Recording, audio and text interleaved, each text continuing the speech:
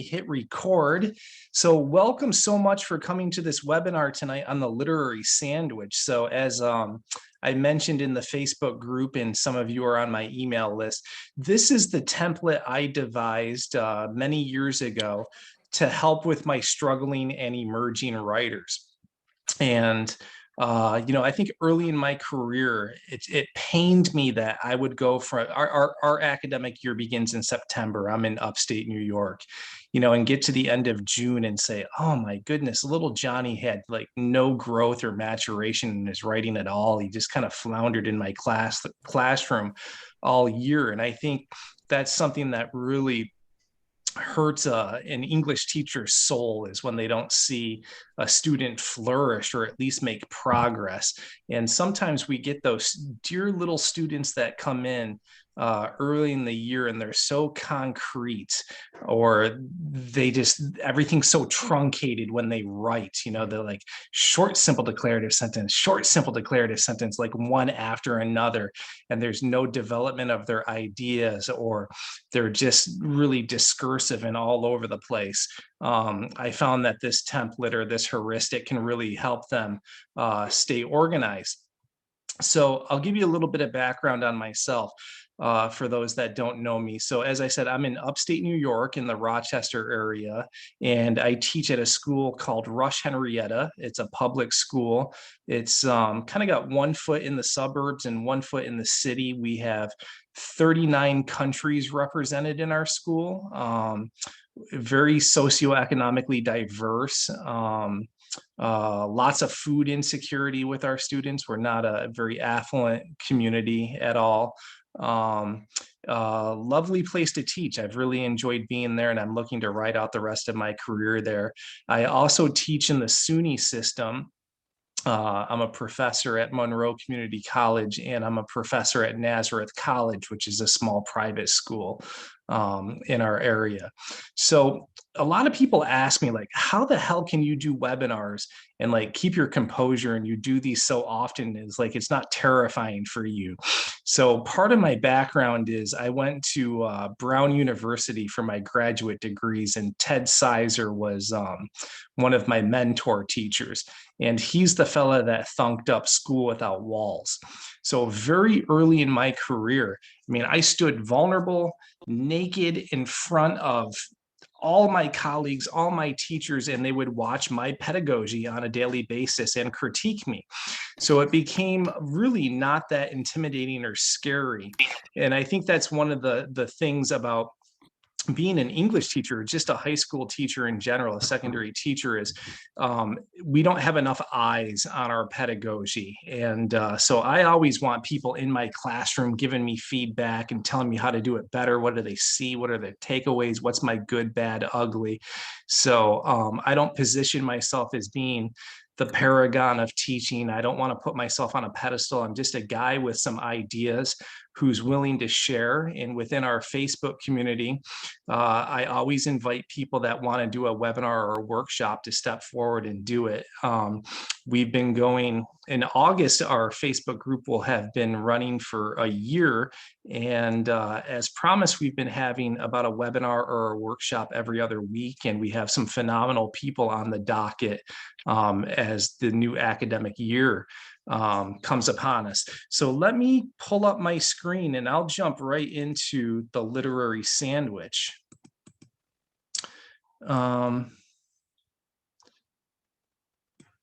Rachel, you're a face that I can see. Silverman, can you see this? Can you give me a thumbs up? All right, because I'm a Google Meet guy, and so sometimes this Zoom stuff throws me off. So I'll just show you what the literary sandwich is and how I define it for my students. Basically, I have a template that I've developed over the years called the syllogistic method. And the syllogistic method is how my students build their body paragraphs. But sometimes for our younger writers, especially like 9th graders, 10th graders, they have a hard time approximating that syllogism, because it's very nuanced writing. It's very, very sophisticated writing. So we have to back it up and add an additional scaffold to the template, and I just have called that the literary sandwich. So I'm going to talk about the syllogism a little bit because that's where we want to get our students. And I've seen some eighth graders as young, like some of the better eighth grade writers write syllogistically, but typically they cannot yet. And about half of your ninth graders will be able to. So half will use the literary sandwich, half will use the syllogistic method. And then by 10th grade, I pretty much want them all going syllogistically. So let me just, without getting like so deeply imbued in Aristotelian stuff, let me just quickly define what a syllogism is. So it comes from Aristotle. My background is in Aristotelian rhetoric.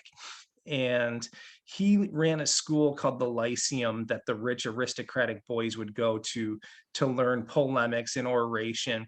And they would have debates. And maybe you've read a book called Plato's Republic, where they throw out a question: what is justice? And the whole book is just one syllogism after the other being proposed to get to a definitive definition of justice. And they wrangle and wrangle, and then that definition gets excluded and debunked, and they come up with a new definition, a new syllogism, and at the end they just decide justice is ineffable, it's subjective, you cannot define it. So a syllogism is just basically a package of reasoning. So it's when you argue from first premise, second premise to conclusion. So if I were to say my dog ate arsenic in a first premise, second premise, arsenic is deadly, conclusion, my dog is going to die, you can see that's very cogent, it's very logical, it's very reasoned. And when our students write, we want them to be that locked in. And the College Board calls it the line of reasoning. I call it cogency. I want my students to be very mathematic in their computation throughout the body paragraph. And one of the things that we take a look at in my master class and like some of my intensives and other courses when I work with teachers, especially when we take a look at College Board writing, the sample papers that the College Board puts out for lit and language, oftentimes you'll see students only present the second premise. And that's why we read papers when we sit down to grade and say, oh my goodness, could this kid give me something more than plot synopsis? It reads like a Cliff Note summary. And it's because they're only offering a second premise. Like it's like water, path of least resistance. What students instinctually or intuitively want to do is to retell plot. They want to retell the story when they're writing literary analysis. So we kind of have to break them of that tendency and that mold. So the literary sandwich is just a simpler way to get your students to write cogently and logically. So I'll give you a couple of examples here. But first I'll define what it's going to look like. So we literally talk in terms of sandwich: top layer of bread, meat and veggies, and bottom layer of bread. So this is what the syllogism is going to be reduced to. Ostensibly, this is first premise, second premise, conclusion, right? So the top layer of bread, we want our students to be able to make claims or arguments using their literary terms and devices.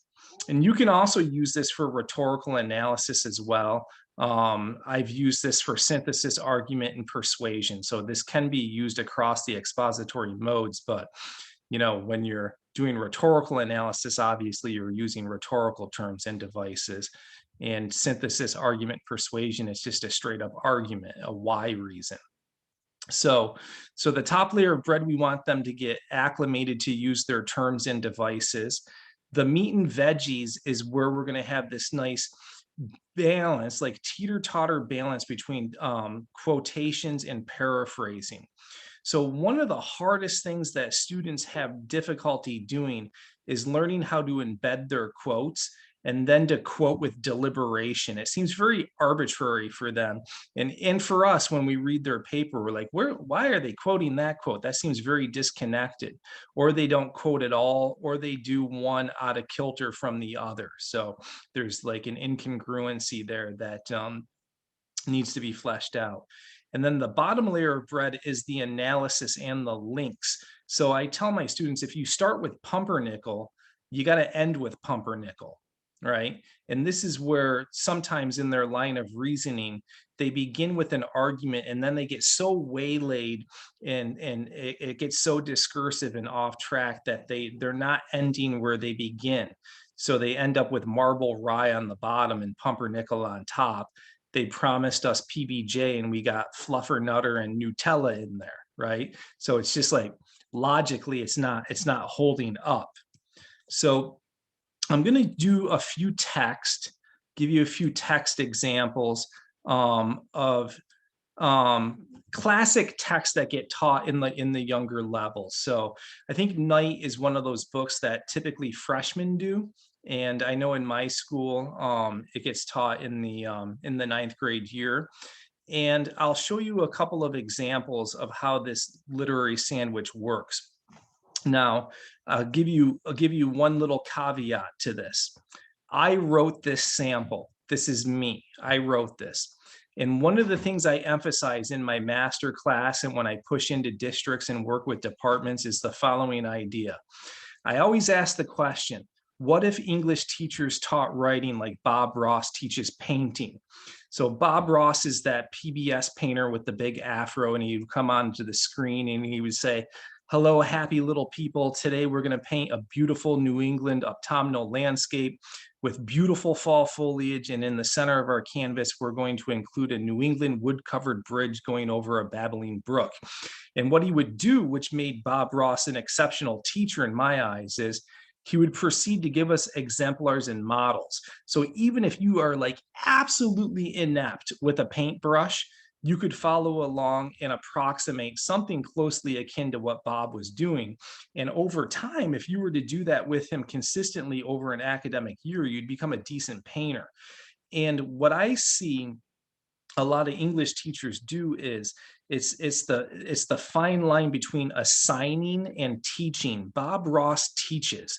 He has one heuristic, one template. It's called the wet on wet technique. He uses it every single time he paints. And for me, with my students and the teachers that I work with, I have 3 templates that I use: the declarative and inverted thesis and the syllogistic method.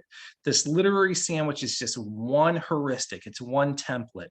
So in order for students to really improve in their writing, I challenge all teachers that I work with to position themselves as the expert in the classroom and write with your students. They need to see you write. So if I'm working with 9th graders trying to teach them the literary sandwich, I would give them the exact same example that I'm showing you right now. So I would say, all right, students, up top in that top layer of bread, I want you to get used to making arguments using literary terms and devices. Now, here's the kicker. You get really sophisticated and get some brownie points with me when you can multitask your lit terms and your devices. When you can begin to see, say, like, how does the illusion in Night foster the symbolism and vice versa? So why don't we connect those two together so that we have a much more ambitious body paragraph instead of saying something like, Ralphie and Piggy have man versus man conflict, right? They're capable of doing so much more than that, right? Like, let's stretch them. So let's see if they can multitask. So I'm going to model it for them. I'm going to Bob Ross how to do it. So here's my top layer of bread. In the first page of the Bible, the story begins with God's creation of the earth. When God first begins his creation, the earth is totally devoid of light. One of God's first acts is to create light and quell this darkness. As such, darkness and night therefore symbolize a world without God's presence. So do you see the lit terms at play there? It's an argument housing 2 lit terms. So that's off to a good start. So here's something that I do with my students, because quote deliberation is something that needs to be taught. So I have whiteboards and easels in my room, and I do an exercise a lot when I'm teaching them how to quote and how to paraphrase called chalk talk. So I give each kid a marker and I write that top layer of bread and I say, get into your book, get into your text, and find the best quote or quotes that would help you prove that top layer of bread. So get me the meat and veggies. Like where are the best quotes, the best paraphrases to support that argument in the top layer of bread? So they go to the easel and the whiteboard and they just plop them on there, give me a page number or write the whole thing down. So that reinforces for students how to quote with deliberation. And it's something that at the younger levels, and even your struggling and emerging writers need a lot of practice with that. So here are my meat and veggies. I'm just modeling for them how I want them to embed quotes. And I'm starting small, just like really piecemealing this to making it simple, making it scaffolded for them. In Night, Weissel exploits the illusion and binary between light and darkness. As is clear, darkness occurs when suffering is worst and Ellie's belief in God is most in question. The first time Ellie mentions that night fell is when his father is interrupted while telling stories and informed about the deportation of Jews. Likewise, it is dark as night when Ellie first arrives at Birkenau, Auschwitz. Further, it is pitch darkness when the prisoners begin their tragic flight from Buna. So I tell my students, go back to the top layer of bread, because if that's pumpernickel, we got to end with pumpernickel. We're talking about symbolism, illusions, kind of this binary of light and dark. So down here, we got to hold true. We got to make sure that we're ending where we begin. So this is where your textual analysis comes in, this bottom layer of bread. As the story progresses and becomes more grim, so does the imagery. With the illusion of light and dark, Weissel manipulates the principal theme, Ellie's questioning of his faith and belief in God. With these deep depths of impenetrable darkness, Ellie's spirit likewise grows darker and more forlorn. With the growing darkness, faith disappears. And one thing that teachers say to me when they're working with me in my master class or when I'm working with departments and districts is, man, Christian, you really don't dumb it down for these kids at all. And I'm like, I don't. So Bob Ross never dumbed it down. Like he always gave us his best. And even if you're working with eighth graders, I encourage you, don't dumb it down. Like your top writers will be able to elevate their game to closely approximate what you're doing. And there's a whole series of things that happen in my classroom with my students. So we do our word study academy, we do our nuance academy, and this is all stuff that I teach teachers in my master class. But my students will be able to wield a high level of vocab. They'll be able to wield some complex sentences, right? Instead of doing that short, simple declarative that the younger emerging writers are doing, because I've taught it. They've been trained that way. So that's one example of how to do the lit sandwich. Let me give you another one for Night. So you can work on this in gradations, right? So ultimately you're going to scaffold it so that they're going to write syllogistically, and I'll show you a couple syllogistic body paragraphs in just a minute. So up here, let's get our lit terms in play. Fire appears throughout Night as a symbol of the Nazis' cruel power. In doing so, the symbol inverts its biblical representation and value. So that's fine. I got a couple of things here that I'm focusing on. I'm definitely making an argument with terms and devices. That's how you want to do literary analysis, right? So we're not doing plot analysis. We're not writing book reports. We're doing literary analysis from start to finish. The first instance of this symbol is on the way to Auschwitz-Birkenau, when Madame Scheichter receives a vision of fire that serves as a premonition of the horror to come. Also in this transit, Ellie sees the Nazis burning babies in a ditch. Perhaps of the greatest symbolic value, fire is the agent of death and destruction in the crematoria, the place where thousands of lives will be taken. All right, so you might notice something here. I didn't quote. The easiest place to start with your struggling students is to have them paraphrase. And then from there, do that chalk talk exercise where they go find the quotes. This is one way, if you skill and drill this over and over again, that you're going to build cogency in your student writers. So it takes a lot of practice And I have to Bob Ross it a lot in order for them to grasp that. But starting with the paraphrase is easier. And I say, just like 3 sentences of paraphrase. Give me the scene, put it in your own words, and we'll get the quote and go from there. So the bottom layer of bread also, I like to see about 3-4 sentences of textual analysis, because here's something that will you've probably seen in your careers, no matter how long you've been teaching. Students will sometimes write those 5-sentence body paragraphs, and you read them and you're like, oh, there's a lot missing here. This is lacking. I'm wanting more. And I tell my students, for the level of analysis and support needed in a body paragraph that's performing literary analysis, I tell them that 10 is the magic number. I want them to shoot for 10 sentences per body paragraph, because it cannot be done in 5 sentences. So I tell them 10, hard cap at 12. So otherwise they get bloviating and bringing in extraneous stuff that's not necessary and probably making it too plot heavy. So I say 10's the magic number. So look at my bottom layer of bread here and look how connected it is to the top layer of bread. As such, the significance and role of fire as it is manipulated by the Nazis reverses what the symbol conveys in Jewish tradition. In the Bible, fire is associated with God and divine wrath. As such, those who do bad head toward the flames, those who do good do not. But in night, it is the wicked who wield the power of fire, using it to punish the innocent.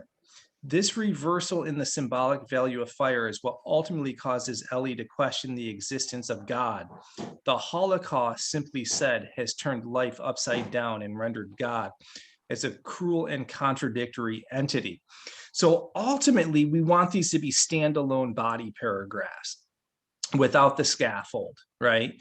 So what's missing here, unless they're doing like an AP FRQ3 type writing task where they don't have the text in front of them, where they can quote deliberately and specifically, this is fine. But for most literary analysis, you want your students quoting passages. So that's the missing element here. And in a writing workshop or a one-on-one writing conference, you can work with this student quite readily to help them find the right quotes and give them a little lesson on embedding, so that this whole thing's fleshed out. And this is some good writing. This is, ultimately, I say this: good writing's good thinking. If you can get your kids to think on paper, you've won half the battle. And then it's just teaching them the nuance and the mechanic and the foundational things. And they're off and running as independent writers.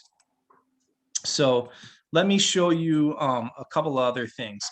So teachers can, like sometimes teachers get, they can test me and say, you can't teach reasoning, Christian. Students come in thinking the way they think, and you can't teach them reasoning. You can't teach them logic. And I disagree with that.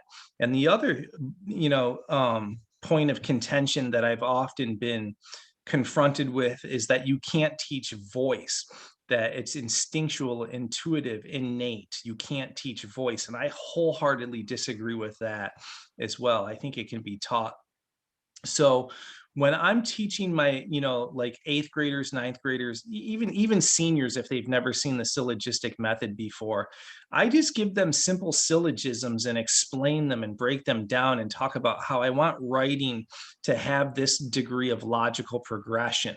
Simple things like this: all mammals are warm-blooded. All black dogs are mammals. Therefore, all black dogs are mammals. It's very similar to how those last 2 literary sandwiches read for night. And I'm going to show you a couple for Old Man and the Sea, which is typically taught in the 8th grade. So again, if I'm teaching my 8th graders, this is how I'm writing for them. So in a syllogism, the first premise is always going to be 3 sentences long, because you have to multitask those literary terms and devices. And you also want to make sure that you have a clearly articulated argument. So a lot of teachers talk about the topic sentence. And I always contend that one sentence isn't long enough. You need more space to fully lay out the parameters of that argument. So I like my students to take 3. So in the top layer of bread, ultimately we're trying to get them to 3 sentences, no more, no less. Have a solid argument, get your lit terms in there. So this is a top layer of bread for Old Man in the Sea, which is an 8th grade text. The mast of the old man's skiff is an allusion to the Christian cross, which in turn symbolizes pain and suffering for a greater good.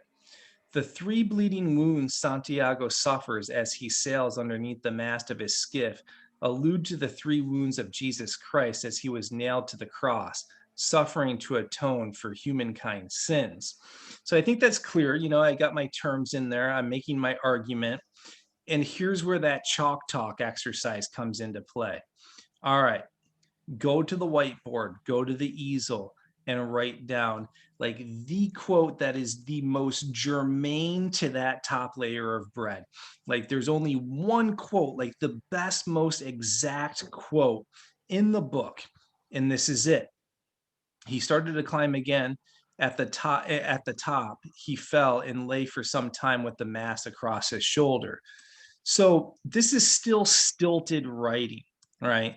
If we're just going to like get rid of our sandwiches here on the sides and like smush this together, you got that like truncated, stilted, staggered type of writing. There's no fluency, there's no flow to it.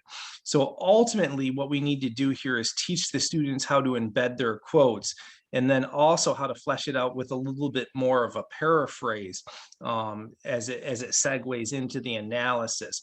That's what I mean by that teeter-totter balance of quoting and paraphrasing. I would just Bob Ross it for them. I would show them a few examples of how to do it. Say, I've shown you 2 times, try it on your own. Most of your kids can pick it up. That's how we learn, is from modeling. So look at the bottom layer of bread here. It's going to stay super cogent to that top layer, and everything's going to fall in line here for that very A plus B equals C line of reasoning. At the end of the story, Santiago carries the mass to the shack, similar to the way Jesus carried the cross, symbolizing that Santiago has accepted his fate as Jesus accepted his. Santiago will continue to fish no matter what, alone and lonely, neither asking for help or miracles, nor to succeed and live better. He will simply do, unquestioningly, what individuals must: struggle to survive. So we're there. We're halfway there, probably more than halfway there into making this a stellar body paragraph. It's those little nuanced things of transitions that we need to teach. And I think we can all agree that when we sit down and grade papers, that's the biggest snafu that our writers make. It's their greatest pitfall. It's their greatest weakness, are all those transitions and links and connectors that they try to, well, sometimes they don't even try. They just miss. They're not skilled enough to weave it and synthesize it all together. So this is a great segue into getting them to be that supple and that adept as a writer. It will come. You got to keep in mind, like this is like 8th grade writing, 9th grade writing. As they progress throughout their academic career, you can kick this scaffold right off, kick the training wheels right off, and they're going to be fine and going syllogistically in no time at all. So let's see here. I'll give you one more Old Man in the Sea, and then we'll pause and take some questions, and then I can show you some other things. All right. So again, trying for 3 sentences up here. Get the lit terms, house it in the form of an argument. Joe DiMaggio, the legendary New York Yankees outfielder whose 56-game hitting streak that ended in 1941 still remains the world record, symbolizes perseverance and persistence as well as skill. In Santiago's eyes, the hitting streak alone makes DiMaggio one of the best, Yet DiMaggio achieved this feat despite painful injuries such as the bone spurs repeatedly mentioned in the Was on the novella. bottom? So, I would say to my students, all right, we're talking about DiMaggio here as being a symbol. So let's go get the best quote and let's get the best paraphrases for that. If we're starting with, American white and we're making toasted cheese with American cheese, let's go get some American cheese. Like, let's not bring in Nutella and Fluffernutter into this, right? Because that's not what we're going for.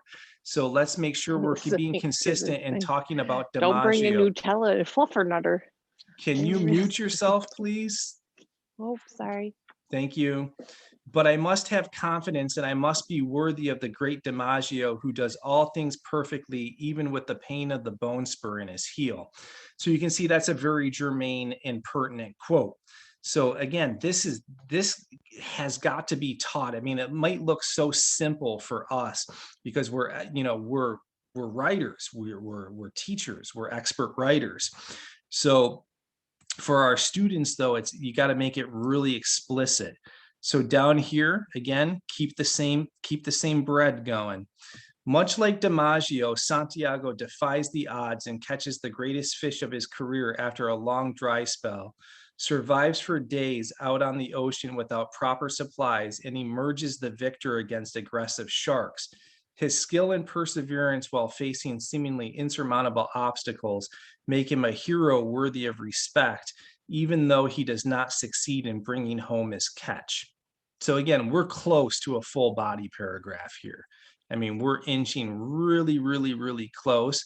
We have to embed and we have to paraphrase in here and maybe even bring in one more quote, 2 more layers of paraphrase, get it close to that 10-sentence mark, which usually is girthy enough for a full substantiated argument.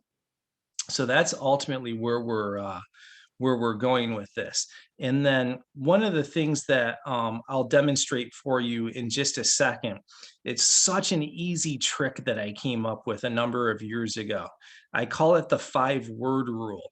If you place a minimum of 5 words in front of a quote, so a minimum, not exactly, but a minimum of 5 words in front of the quote, and keep the quote relatively small, the quote transition should sound conversational.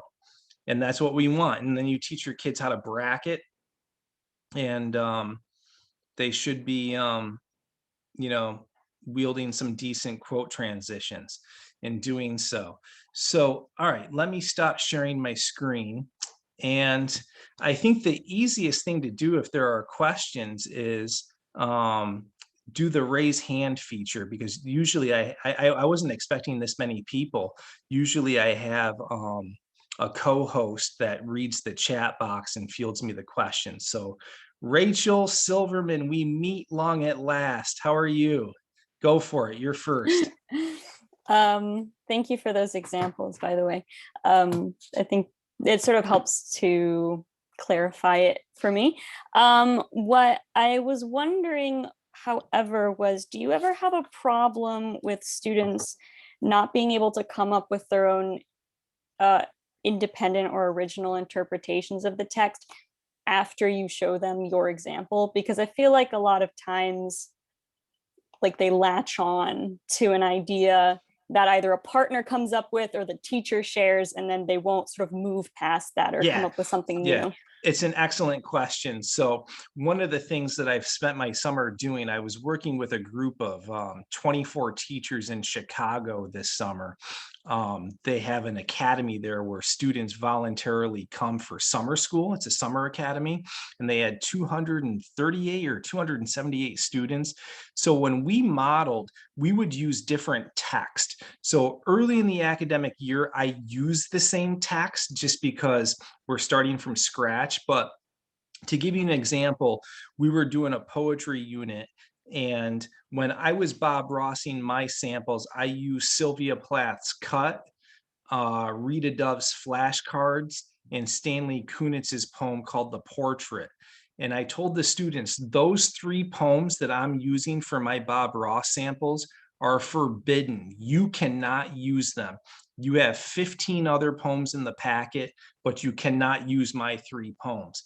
And that way you're ensuring that they're writing their own original ideas and not just like parroting you, because it's very easy for us to spoon feed them the right answers. And that's too much guidance. That, you know, that's almost like plagiarizing, which is too much of a scaffold. We don't want them doing that.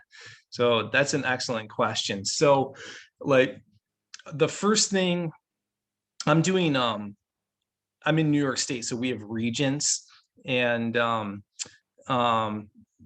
doing 11th grade this year for the first time in years, and then I'm doing my AP courses. And the first text we're doing is The Hate You Give.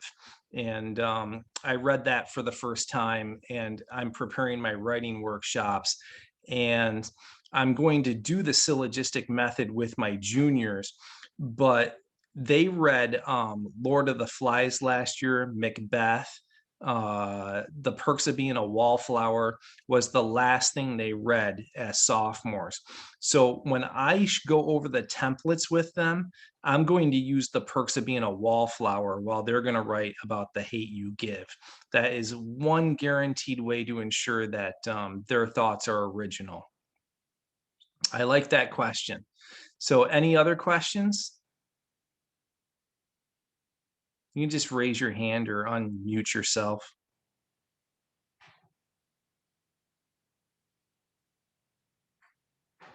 Cool. I'll show you a couple other tricks then.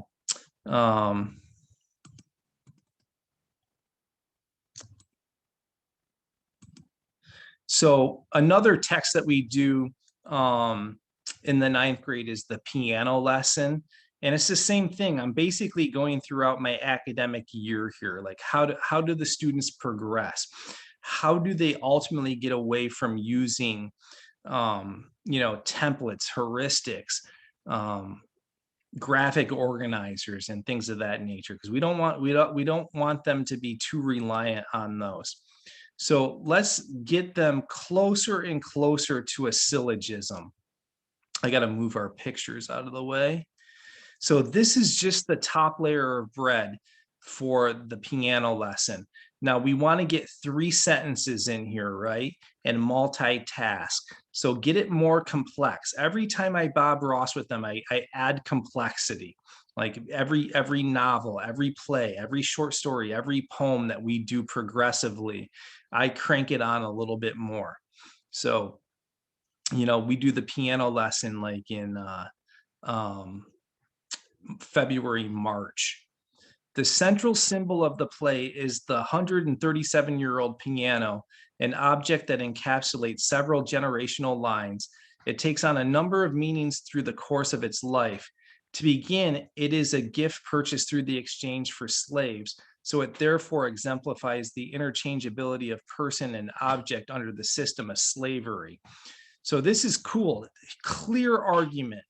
But I also have my lit terms in here, right? And I'm multitasking. So that's ultimately where we want our students to be. And then meat and veggies, let's start to blend. Oops. Let's start to blend the paraphrasing and the quotation. And this is the trick. This is where you really got to model this and take your time. With regards to the first symbolic value, one must keep in mind that the piano is an anniversary present. Exchanged to placate Miss Ophelia, the piano's wooden figures indicate the objectification of the slaves for mere adornment and pleasure for the whites. As is noted, now she had her piano and her niggers too. The slave is the master's gift and accessory, right? So this is getting to where we need them to be. Right? You have to teeter-totter balance the quoting and the paraphrasing. Now, typically in a body paragraph, I like to see like 2 quotes and 2 levels of paraphrase. And that gets them hovering around that 10-sentence mark. And you end up having enough support and analysis to say something substantial and to substantiate and put a bow on the argument at the end. So here's the bottom layer of bread. Again, keep it cogent from start to finish. Bernice holds a certain attachment to the piano because of the symbolic value it holds. It marks a very difficult time in the family's history, but it's a history that must be honored. Boy Willie, conversely, feels that the piano is a symbol that keeps the family rooted in the shackles of slave times. He just as soon forget about these narratives and blaze a new future, not wedded to these sad and disparaging times. And that, I think you can see, is getting us closer to what a full body paragraph should look like and what we want to see when we grade papers. So it's all incremental. It takes time. It takes practice. And as you know, you got a class of 28 students, and they're all going to grasp onto this at different levels with different speeds and understandings. But this is simple enough where your real basic, struggling, emerging writer can manipulate this template to produce some decent quality writing. I was saying to some people in the Facebook group that I've actually had to use this with some seniors that I have in my Regents level senior classes. They're just such basic writers, and they don't know how to think on paper yet, that the literary sandwich really helped them out in terms of organizing their thinking. I mean, they had the thoughts in their head, they could articulate to me, but getting it down on paper, it just wasn't happening. So this was transformative. And by the time they left me this past June, I think all but 2 kids could write syllogistically. So the Diary of Anne Frank is another one of those texts that we tend to give to our younger students. And these are just a couple of examples of what we were doing for this text. Again, shooting for 3 sentences up here. All right, gotta get the quoting and paraphrasing going on in here.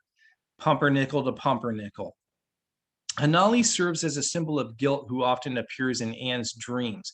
A young Jewish girl depicted in her rags of suffering. Hanali has presumably already been arrested and deported to a concentration camp, and perhaps already sent to her death at the hands of the Nazis. For Anne, Hanali represents the fate of her friends and companions and the hundreds of schoolmates and neighbors, many of whom were children like herself, who were tortured and murdered by the Nazis, a situation that lies in conflict with the reality that Anne is ostensibly safe. These dreams symbolize Anne's sense of guilt, which ultimately forms her relationship with God. So now let's think about this. It's been probably a couple of weeks since we graded papers, unless you're doing summer school. But think about how your students are beginning their body paragraphs. Don't they usually start with plot? Like that seems to be the go-to for them. They start with plot. So if we can teach them to formulate arguments, getting anchored in the terms and devices, then they're pretty much guaranteeing themselves that they're going to write literary analysis, which is the demand of the assignment from start to finish. So again, let's just practice simple quote deliberation. Get the best quote. Dead people receive more flowers than the living ones because regret is stronger than gratitude. Great quote. Take it home. It is in these dreams that Anne wrestles with her internal idealizations and the horrors of her present situation. Why did God spare her life while her friends like Hanali are sent off to a cruel and godless death? This tossing of thoughts is what causes Anne her inner turmoil, a turmoil she never fully comes to rectify. So again, this is definitely building blocks, and it's conversations, right? So you can sit one-on-one with this student and fill the rest of this in. It's like, great, you got that quote, but now in your own words, unpack the quote. And that's where the textual analysis comes in. All right, you're talking about these symbols and these dreams. There's more than one dream, right? There's more than one symbol. Let's go get another quote. Quote it. All right, put the quote in your own words now. And then put the bottom layer of bread, and boom, you have yourself a really good body paragraph. So that's where this template is getting us. Here's another one, but I don't need to read it. So ultimately, as you begin to Bob Ross your instruction and build your own writing workshops where you show your students some of your own literary sandwiches, you can remove these scaffolds and take away these templates, these training wheels, and just have students go off on their own. Early in the academic year, I really model a lot. I give a lot of exemplars and a lot of models. And I tell my students that on March 15th, I cease to be Bob Ross for you. I can't model anymore unless we're doing something new. But come March 15th, they've seen all the expository modes. They've done a research paper. So I'm going to model very little after March 15th because we want independence, right? We want them to be on their own. So if you want to preview any of my workshops, here's my email if you want to send me an email, and I have tons of stuff. So, and then I'll share my webpage address with you at the end. And I just, what I'm showing you is what I show my students. This is what I mean by a writing workshop. I have these pre-made before they come in. And I say to my students, okay, as we know, there's two ways to properly write an introduction. You can declare the thesis or invert the thesis. So for Diary of Anne Frank, here's two declarative theses. I wrote them. Here's two inverted theses. I wrote them. You've seen it 4 times. Now do it on your own. Very seldom do I have a student sit at the desk just staring at a blank white sheet of paper and they say, I don't know what to do. If you model, if you Bob Ross, it totally demystifies the process. And what further demystifies it is the use of templates, right? And that makes sense. This is a 3-step process to have a cogent body paragraph. So let me show you where ultimately we want our students to be. So we talked about the syllogistic method earlier, and the very last thing that our 9th graders do was, and there were none. So come May, when they're at this text, there is no more literary sandwich. It's all syllogism. So let me show you what it looks like when it all comes together. All right. So ultimately, we want them to be going this cogently. My dog ate arsenic. Arsenic is deadly. My dog is going to die. So, and then the other thing too, you guys may have seen some of my other workshops. The syllogistic method can be used for every body paragraph that is expository. It lends itself to that transference, and students can use it over and over and over again. So you're not teaching new tricks every essay. That's one of the amazing things I see when I push into departments and work in districts is, a kid's a senior in high school. It's the month of April, and teacher pulls out an essay for them to do on a lesson before dying or something like that. And the kid looks at it and they act as if they've never seen an essay before, like they've never written an essay before. Each time a student receives a new essay prompt, it's like, I don't know what I do. I don't know what I do. And I'm like, you've written so many essays over your academic career. How could you not know what to do? And it's because they're not given templates, right? So you got to give them something to work with. So when you're going syllogistically, the first premise is going to be a statement with a literary focus. The second premise is going to be the textual support, where we want to see the teeter-totter balance of quoting and paraphrasing. And the conclusion is going to be the analysis and the links. I always tell my students that the first premise is a promise. And in the conclusion of the syllogism, you got to shake hands with it. So everything you see right here is one body paragraph. I'm not talking about a conclusion paragraph to the essay. I'm talking the conclusion of the argument. So all of this is going to take about 10 sentences. So let me show you how to do this. The first 3 sentences are going to set up the literary argument. So it always takes 3 sentences. The 10 Little Indians rhyme guides the progression of the novel while foreshadowing and echoing the inevitability suggested in the title. And then there were none. So I got foreshadowing. That's my term. The murders are juxtaposed, again, use your terms, to match as closely as possible the lines in the poem. And after each murder, one of the figures vanishes from the dining room to bring the foreshadowing full circle. There is a supernatural quality to this in that eventually all the characters realize that the next murder will match the next verse, yet they are unable to escape their fates. So now in the fourth sentence, you got to begin that teeter-totter balance of quoting and paraphrasing.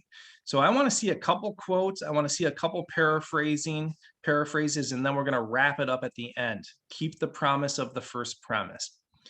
Right from the onset, the rhyme aligns with the first two deaths.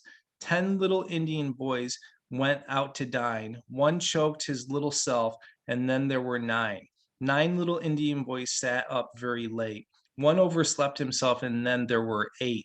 So I got my quote. Let's tear it apart. As we see, Marston is the first character to die, exactly in the manner the poem suggests. And then the next character is taken out in the exact same alignment to the diction of the rhyme. But the dining room decoration also serves as a symbol of justice's ironic ways. The chief theme is that justice must be served when one is guilty, especially to the extent that their consciences feel the depths or shallows of this guilt. As the novel progresses, we do not know why, more or less. Some fanatic with a bee in his bonnet about justice. He was out to get people who were beyond the reach of the law. He picked 10 people, whether they were really guilty or not, doesn't matter. So now we got 2 quotes. That 5-word rule was applied. And that's the point. Justice is arbitrary when mankind mixes the ethics of it with subjective laws and subjective moral principles. Guilty or not, one's perceived sense of justice is the final gavel. There were, among the guests, varying degrees of guilt. In effect, those whose guilt was the lightest should, Wargrave considered, pass out first and not suffer the prolonged mental strain and fear that the more cold-blooded offenders were to suffer. Now let's make that handshake, right? I also call it the echo. You kind of want to echo the thesis down here. And therein lies the irony. Who is to make the final decision in determining what is just and what should be leniently dealt with? Wargrave is not a symbol of justice. He's more or less a homicidal lunatic. And that's how a syllogistic body paragraph will go. So do you see how you have a few layers of support, a few layers of analysis, but it walks that line of reasoning. It's super cogent from start to finish. So it's a very clear syllogism in there. So, all right. Do we have questions? Ooh, there's chats. Let me go to the chat box here.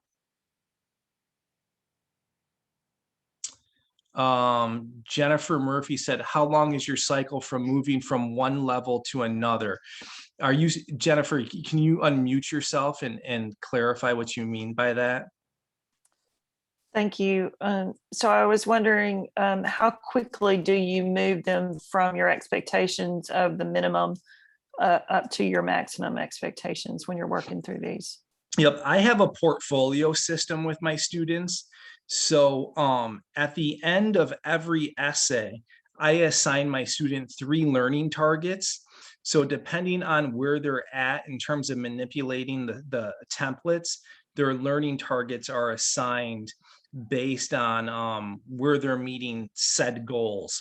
So they're all over the place. You know, like our class sizes are typically 24 to 28. So I have, 24 to 28 very unique writers. And I find, in a class that size, there's basically like 4 caliber of writer. You got your kids that crush it and excel. And then you got a glut of kids that consistently score in the 80s, the low 80s to the mid 80s. And you just have a few that, are in the low 70s that need some TLC. So, yep, learning targets and portfolios seem to work. Rachel says, during a unit, how frequently do you have students practice paragraph writing like this?